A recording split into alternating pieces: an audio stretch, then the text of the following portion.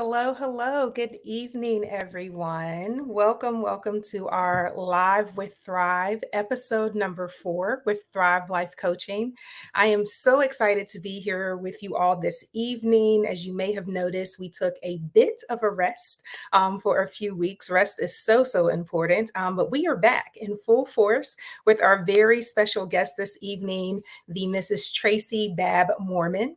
I am Dr. Alison Harris Welcher, the founder and CEO of Thrive Life Coaching. And if you've joined us before, you know that we are all about empowering Black and Brown mothers to thrive in womanhood, motherhood, and career. And this evening, we have the pleasure of speaking with Tracey Babb-Morgan around the topic Pivot to Passion. Tracey Babb-Morgan is a licensed clinical mental health counselor, an author, a mother, and owner of her private practice, Tranquil Transitions Counseling and Consulting. We're going to speak with her about her remarkable story around pivoting to her passion and helping others navigate toward their passion as well. And as we get started, we want to just warm up a bit and welcome Tracey to the stage, get to know her a little bit better. Also, for our guests, we are trying something new this evening. Hopefully, we are streaming live via LinkedIn, Facebook, and Instagram. I'm checking my devices, making sure that that is the case. So if you're out there and you're listening live, it would be helpful if you can let us know if you can, in fact, hear us, see us from those platforms, and let us know where you are listening and tuning in from. We know that we have some listeners, certainly in North Carolina, but all over the United States. So we're excited to have folks here. But Tracey, how you doing?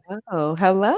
Good, Allison. Thank you so much for having me. Absolutely. I'm excited to chat with you this evening. Tracey and I actually had the chance to meet each other maybe 3 weeks ago. A little bit before that, we did a wonderful photo shoot with the Okema Simpson, but we had the chance to sit on a panel together around the garden, the book, The Garden Within, and just loved so much of what Tracey was sharing that I knew I had to invite her to Live with Thrive. So let's get a chance to get to know you. We're going to play a warm up game. I'm an educator at heart, so this is true to my nature. And so I'm going to say a word, and you just say whatever comes to mind. It can be another word or a phrase, just whatever comes to mind. It's a bit of a word association game. Sound good? Sounds good. All right. Toddler. Oh, they're energetic, relentless, and crazy curious. Mine has me on my toes. How about yours? Ooh, girl, on my toes, on my knees, and I Yes, can't all of the above. everything. But yes, we share that in common. That we both have toddlers. We both have toddlers. We're living the life, girl. We're gonna make it. We're gonna make Yep. it. um, Long Island. Long Island, memories. It's home. My mom is still there. Nostalgic memories. I was born and raised in Long Island, New York. And I miss Robert Moses Beach the most. Ooh, okay. Teach me. So I've never heard of Robert Moses Beach. So I guess it's somewhere I gotta go. Mm. Self care. Self-care, figuring out how to practice radical self-care, and the big one, self-compassion, that will save your nervous system, which actually can save your life or make your life, more, enjoyable or longer. Wow. Wow. Already dropping the gems, y'all. Self care can save your life, It right? really can, yes. Radical self care, right? We're not just talking about pedicures and manicures, going to get Mm-mm. our hair done, radical self care. So I think we're going to talk a little bit about that probably. So I want to Mhm. motherhood. Motherhood is selfless, for sure. Sacrificial, legacy, Mm. and endearing, and time flies. And for those of you who do know me, I have a 20-year-old as well, who's in college. So, and I miss her like more than anything in the world. So time flies. Yeah. Yeah. All right. And our last one, growth. Well, if you're growing, I'll say if you're growing I'm sorry, if you're not growing, then you're shrinking. Mm, I'm not gonna yeah. use any other word to say that, but growth is the pursuit of fill in the blank, be open and flexible. Those Mm, are open and flexible. Love it. Love it. Well, Tracey, thank you for giving us the opportunity just to get to know you a little bit better. I want to start just by providing some framing around why we're here today with this particular conversation. As we know, a lot of people struggle. Right, with finding their true selves and navigating life's transitions. And it can sometimes feel like they're stuck, right, in limbo, just not sure which path to take. Do I go left? Do I go right? Do I keep straight? Do I stand still? Do I go backwards? Right. And it's pretty scary sometimes, probably a lot of time to make any big change in life. But here's the reality of it, right? It's totally normal to feel uncertain during times of transitions. And research actually shows us that when we go through a big life change, like becoming a parent or becoming a parent again, or mm, switching careers, entering a new phase of life, whatever it may be, it can really trigger an entire reassessment of who we are and what we value, right? We are just not the same people when we go through just life. When life is life and we go through a transition, we're just not the same. And as you mentioned, growth, right? If you're not growing, you're shrinking. And so we really want to talk about today just what is that challenge? And I think some of what I've learned throughout my life and from reading is that there's so many societal expectations and pressures placed upon us, especially as Black and Brown women, especially as mothers, as millennial mothers, all the things. Everyone has a way that they think we should be doing things. And there's these unwritten rules, right? Nobody said it had to be this way, but apparently it must be, right? And there's these norms. And so I want to really engage you in a conversation around, how does one navigate those life transitions? What are some tools, some strategies? What are some things to really be aware of as one may go through that? Because we're all going to go through some transition. If it hasn't already happened, it's about to happen, right? You either, what do they say, coming through something, right? You've been through it, or you about to go through something, right? And so mm. it's coming. And so we just want to tool ourselves. To be able and be prepared for these transitions. And so excited to chat with you and hear all of your knowledge. But talk with me first, just what does it mean to you to become unapologetically yourself? And why is it important in the face of societal expectations and pressures?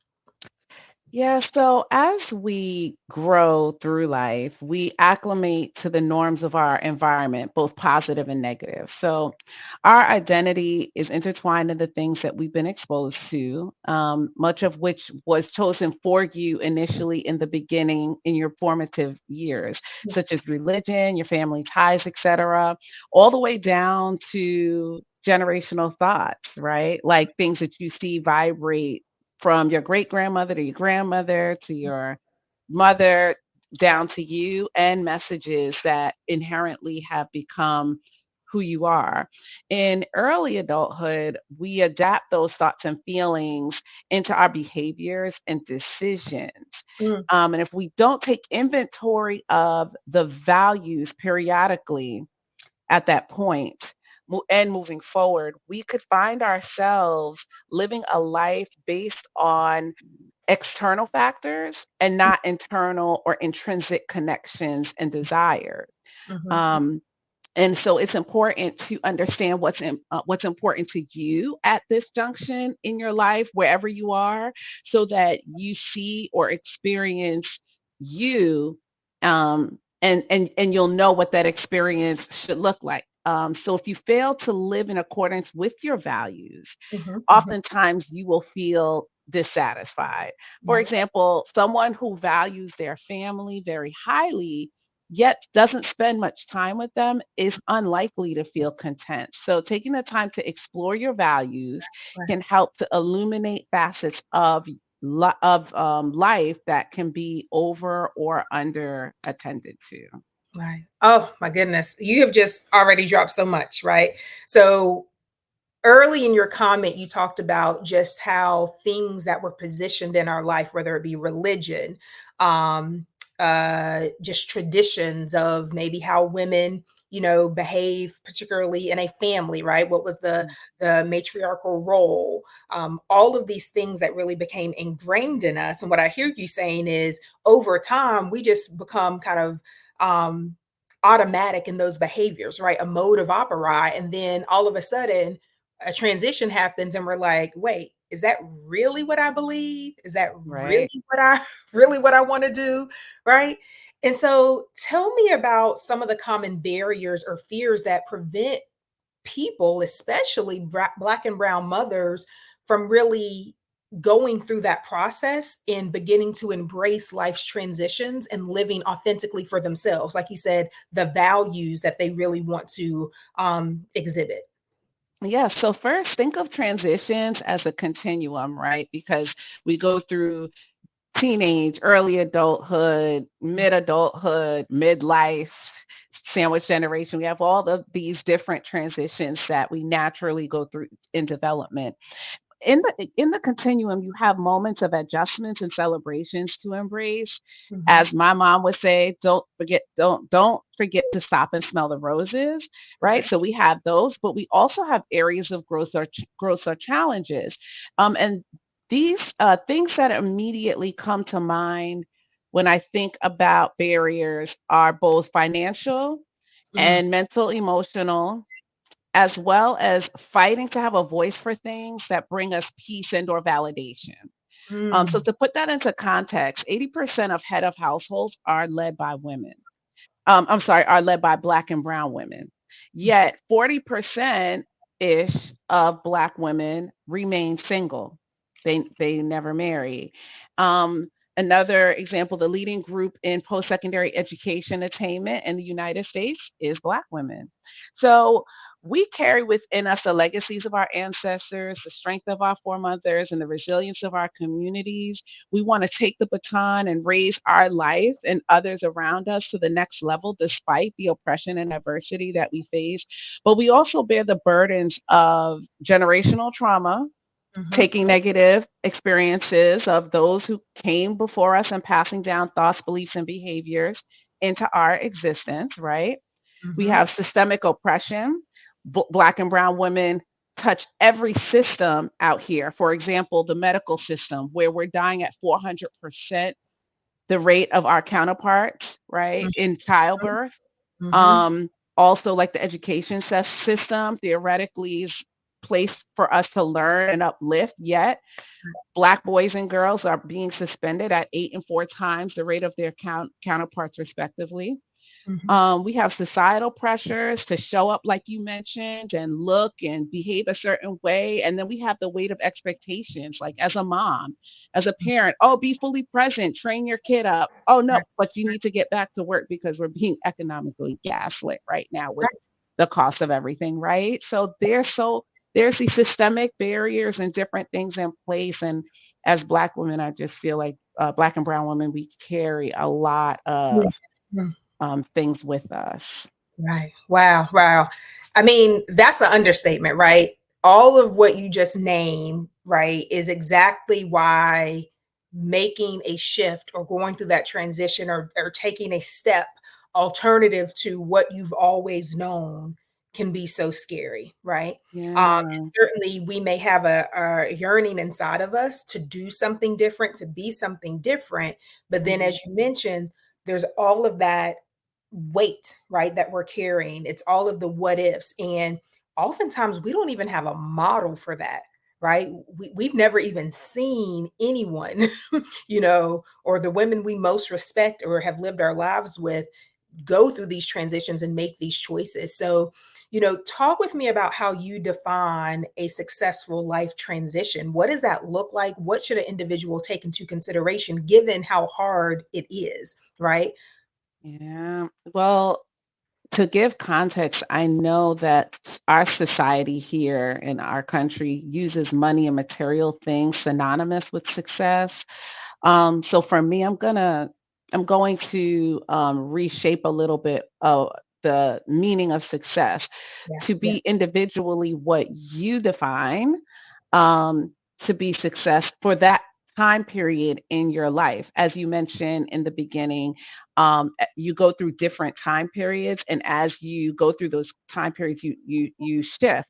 So, for example, success was different when I graduated college. I was 22 years old. I didn't have a child. My values were very different, and I also was going processing my childhood and my environment, et cetera, right? But then I became a mother Mhm. at 23, and my values changed, versus being a mom, even like what you said, post pandemic at 43.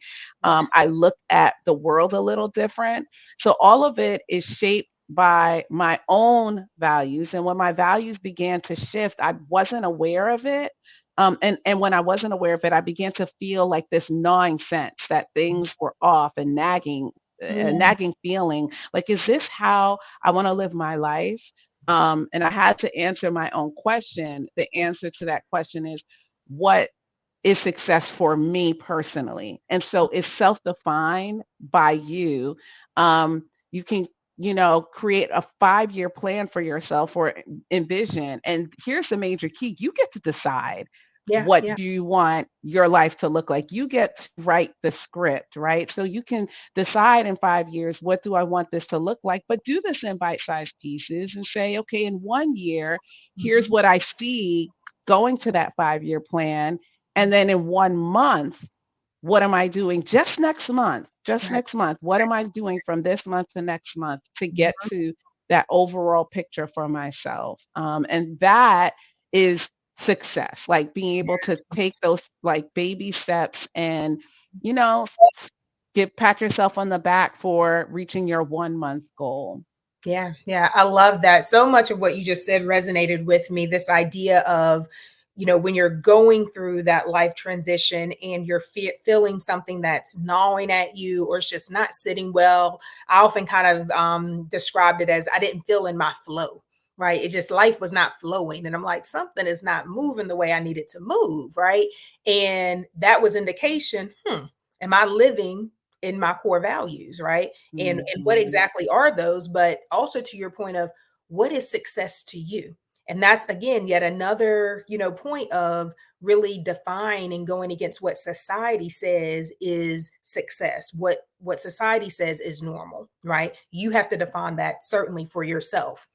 So talk with us just about your life transition that inspired you to pivot to your passion. I just love that phrase, pivot to your passion. Yeah. Oh gosh. Yes. I, as my older child approached high school graduation, again, there was this nagging feeling of wanting something more adventurous, something more global for my life. And I began to also feel a sense of burnout. I worked in education for since I graduated from college.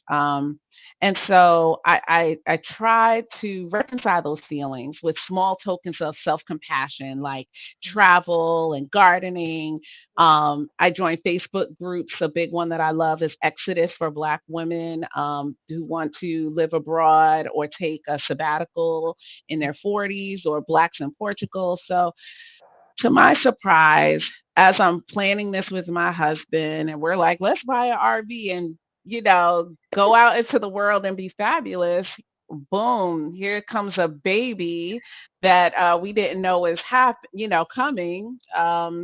Long story, but just didn't think that that was even possible. So Right, I right. thought I was going through perimenopause, and they're like, no. So yeah, I started over, and now I'm thrusted back into the healthcare system, Mm, needing to change practitioners halfway through my geriatric pregnancy because of, unsettling biases that I've heard people talk about. But now here I am experiencing it from assumptive practitioners. mhm, And so I delivered a beautiful baby girl, but had an unsettling feeling of illness after a day of being home. mhm. I had postpartum preeclampsia, and it threatened my life. If I wasn't probably aware of what was going on in my body, I probably would have died in my sleep. Wow. And so I only knew, following my gut instinct and strange feelings. And I'm glad that, you know, acted on instinct, but it made me step back and think about the different things that I was going through, Mhm. such as the economic system. I was working for a school district in district office. We both, of course, you both on wanting the best for what's best for children. And I as a mother had to take unpaid leave, right? To take care of my fragile baby and myself. And Yeah. then it's like, hurry up and get back to work. The stitches are barely healed. And Mm. I'm processing all of this Right, right, at 3 a.m. in the morning, in between feedings. right, And I'm like, I'm tired. right. I am tired of people like pushing upon me what they believe I need to be doing in this moment. So it Yeah. caused me to stop and think and evaluate, like, what am I thinking and what am I feeling? And the Mhm. overall message, what my body was telling me to do was, if you don't sit your tail down, Right. and so, it was hard for me to sit my tail down because here I finally reached this successful place, Mhm. with this position and my salary and living in America. But what I really needed, I didn't need power and position. I needed radical Yes, self-care yes. and rest, or else my body was going to give out. And so I needed to devise a new game plan. And through the traumatic experiences that I've had growing up and the Mm. messages we were talking about, generational trauma, I was Yeah, like, there's no way that I can sit down. Like, I'm a Black woman in America. I got to keep my position. I got to hold on to this because it may not come again. right. Right. But what I realized, it was a cognitive distortion based on traumatic relationships, traumatic experiences, generational family experiences, and things of that nature. So I had to become vulnerable and I had to have a conversation with a Black man who happened to be my husband, who is caring. And I had to say, what should I do? Yeah. And he said, pivot to your passion. Tracy, Yes. this is the moment. It's now or never. Because if you go back to work, you're not going to do it. Mhm. And I was scared. And in the midst of that, I prayed, I maintained a gratitude journal, I flowed like water in contemplation. And I said, what is the path of least resistance? I already have my counseling degree, been doing it for years. Pivot to working with people who have experienced the things that you've experienced, and you Mhm. have wisdom now.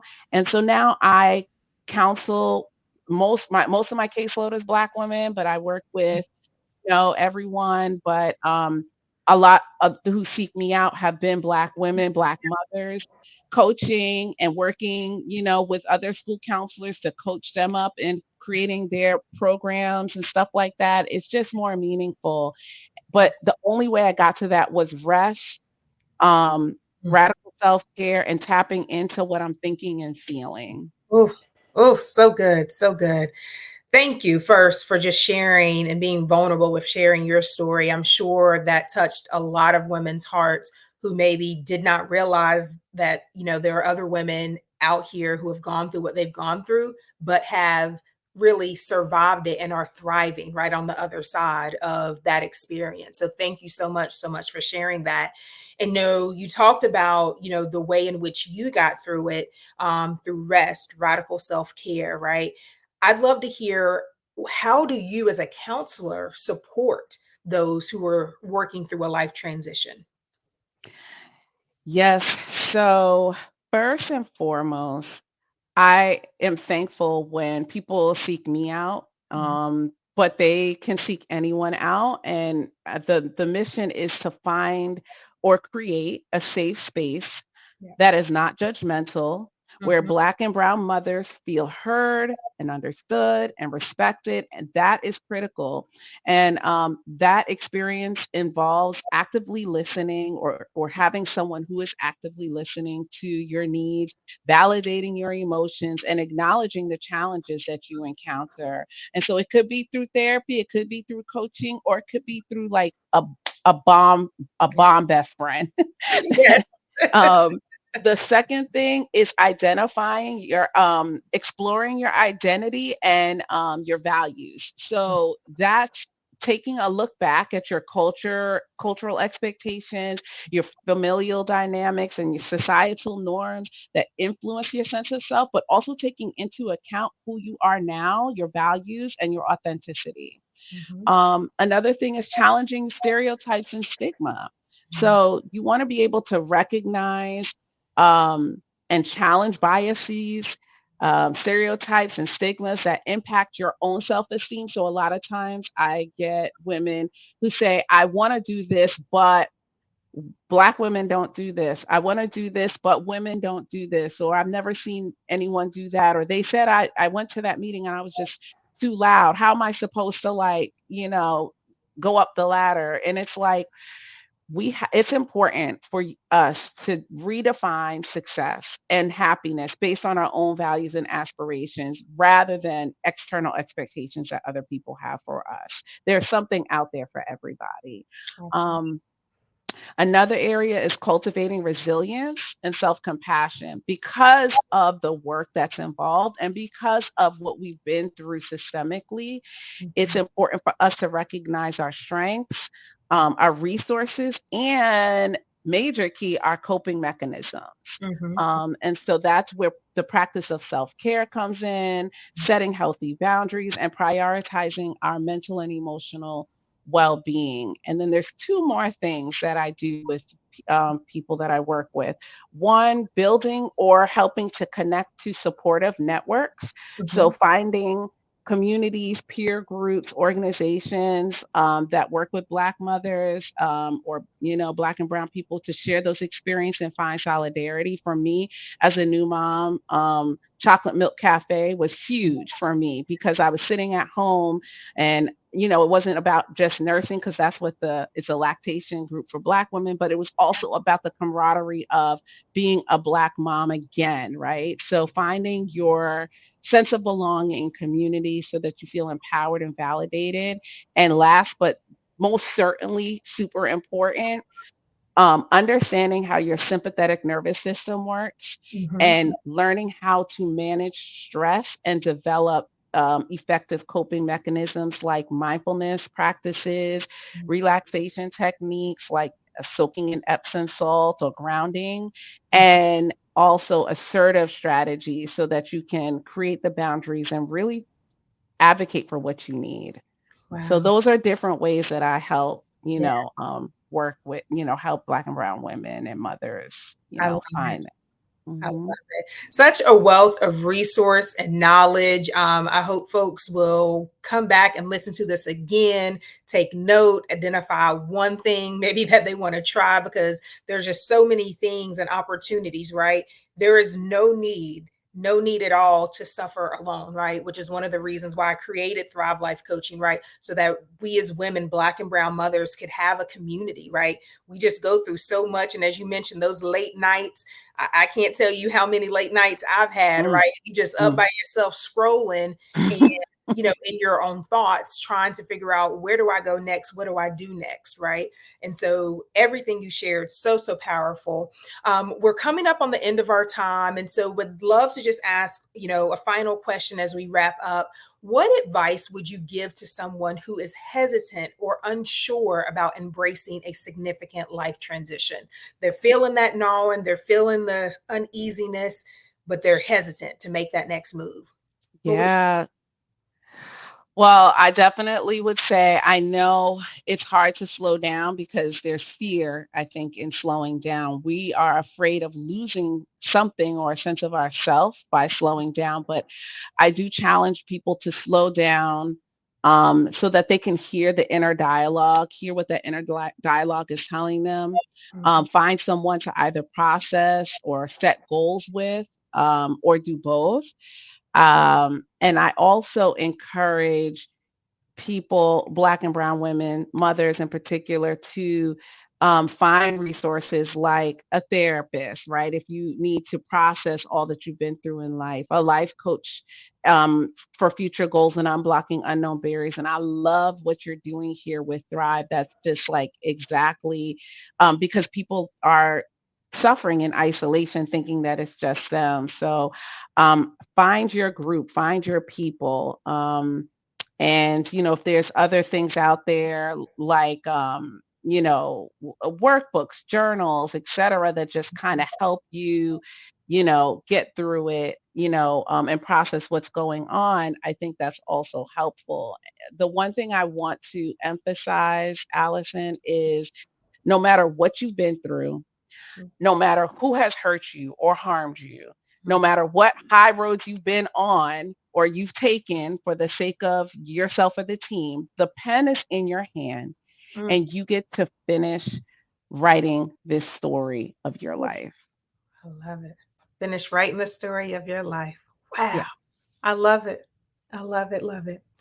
Tracey, this has been such a powerful, powerful conversation. I hope folks who are out listening are adding comments, celebrating some of what you've heard, maybe sharing a little bit of your story. Just so much here, I think, can help women in their journeys, particularly Black and Brown mothers, as they seek to thrive in womanhood, motherhood, and career. Tracey, let us know how folks can find you and learn more about your work in your book. Let us know. Yeah, so you can follow me on Instagram at tranquil_transitions with an S underscore. So tranquil_transitions_.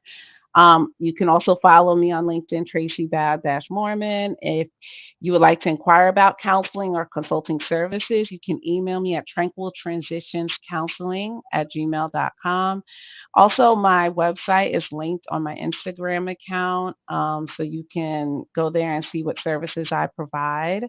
Allison, I'm so thankful that you had me on here, give me opportunity to express and share my voice and my story. I'm thankful. Awesome. Well, we are so grateful for just your time, your knowledge, your expertise, your vulnerability. It certainly has given me a ton of things to just continue to think about as I, go on my journey to thriving. And I think what you said just is so powerful and true. Just we have the pen right in our hands, and it is up to us to finish writing that story, whatever that story is. As we prepare to close out, I always like to end just by sharing some information about what is coming up in the world of Thrive. And so I'm going to get my visual here going for you, for the folks. It'll cooperate with me. I'm excited to share that we have a number of guests lined up. And so, if you have been enjoying these conversations, I invite you to mark your calendar.